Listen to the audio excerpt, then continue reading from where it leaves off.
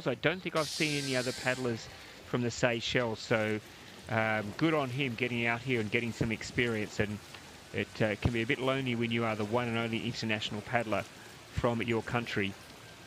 But he is up there and paddling in lane 8. And look at this start. They've absolutely flown out of the blocks.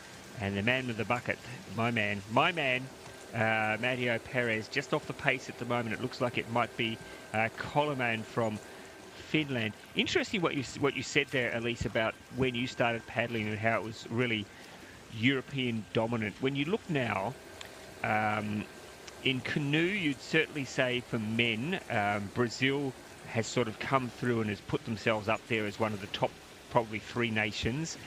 In women's canoe and women's sprint, definitely New Zealand, the powerhouses. In women's canoe, China has been one of the dominant forces.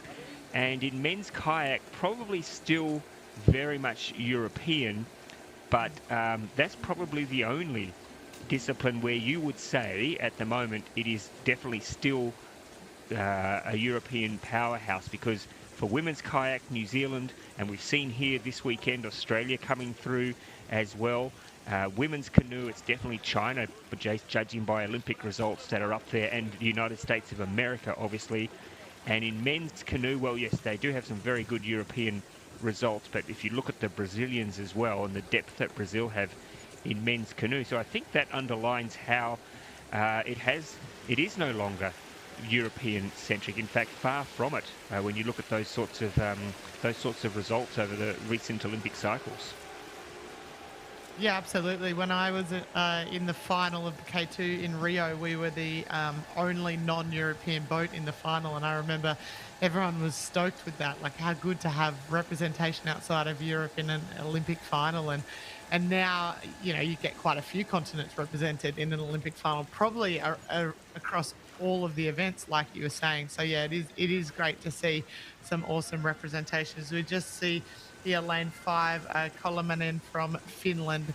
He's looking very comfortable in the middle. Just having a look. I mean, we've said it time and time again, Ross, over the course of the week already, but if you're a young kid watching at home, don't have a look across the lanes. It's first and foremost, it's not ideal for your psychology. You don't want to be racing other people's races. You want to be racing your own. And we mentioned it yesterday, almost like putting blinkers on a horse. You want to make sure you're just laser focused in on your lane. And the second reason, and potentially more important than the first reason, is that a kayak and a canoe are very tippy. And if you look across, it can throw your center of balance and your gravity, and that can maybe cause you to fall in. I remember it was a while ago, in 2014, I was at the Junior Under-23 World Championships in Hungary, and I'll never forget this race.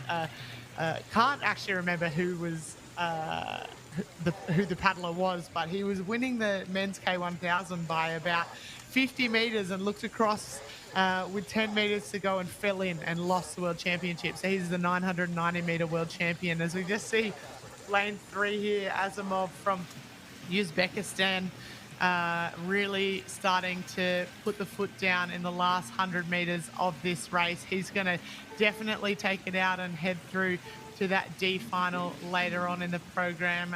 Lane 5 there, Kolomanen from Finland taking out second place, and quite a gap now to third place, which is Tuginov there taking out third, and they'll be your D finalists as we move through the program. Yeah, good race there from Azimov from Uzbekistan. Koloman, the man who was looking around the place, safely through as well to the D final. And yeah, Rodion Tuganov from Kyrgyzstan was the athlete a long way back in third position. So they will be your top 3 that will go through to the next round. All right, in just a moment, we are going to get the big guns out. And I tell you what, I think these are going to be some of the highlights of the morning. I'm talking about the men's K1 1000 A semi-finals. I'll introduce you to the field in just a moment. But just while we're waiting, of course, your husband, of course, a very, very accomplished K1 1000 paddler, K2 paddler. Is he still doing any paddling at all? Elise, or have you now assigned him to dad duties, full-time dad duties for Jordan? I think I owe him a little bit after continuing on last Olympic cycle